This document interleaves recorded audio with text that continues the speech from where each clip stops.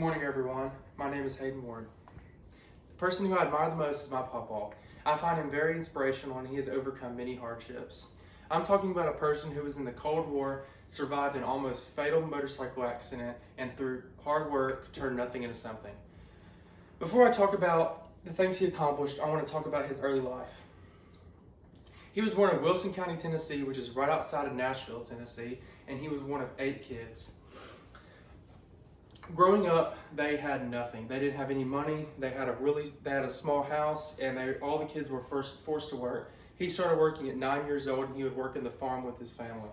When he was 13, his family told him that he really wasn't welcome there anymore, and he was on his own. And he went, and when he was 14, he'd work 12 to 14 hours a day, and he would move bales of hay into different locations, and he'd make 1 penny per bale. So in a day, he would make less than $10.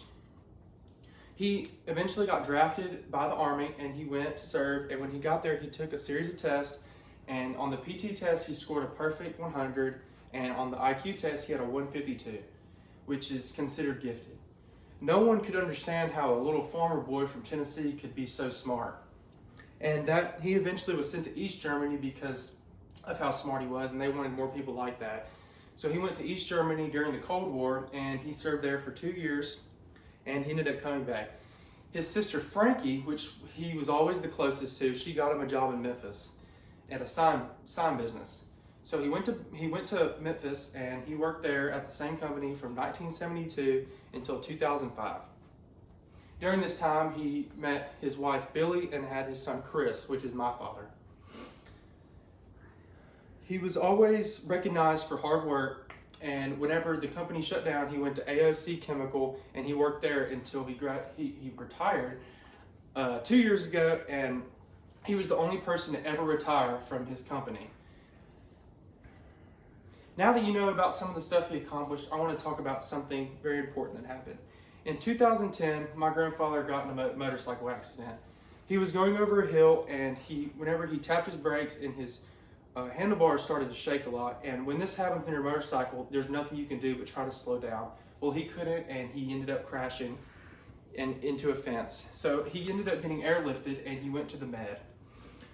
At the med, they did a bunch of tests on him, and all they could see was that he had some minor injuries and a broken foot. So they let him go home. Well, that day he was fine, and then that night he can't sleep.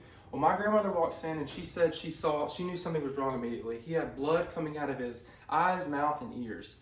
He was rushed to the hospital, and when he got there, he went straight into surgery. And the doctor told my grandmother that he was supposed to die.